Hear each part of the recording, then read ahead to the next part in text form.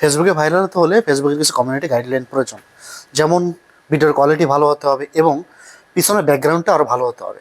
পিছনের ব্যাকগ্রাউন্ডটা যত ভালো হবে তত কিন্তু ভাইরাল হওয়া সম্ভব, এবং ভিডিওর ধরনটা আরও ভালো করতে হবে, মানুষের সাপোর্ট করতে হবে, এবং যারা যারা বড় ইউজার আছেন তারা ছোটদের সাপোর্ট করবেন। কারণ আপনারা যারা বড় ইউজার হয়েছেন তারা কিন্তু ছোটদের সাপোর্টের জন্যই কিন্তু বড় ইউজার হতে পারছেন, তা আশা করি বুঝতে পারছেন।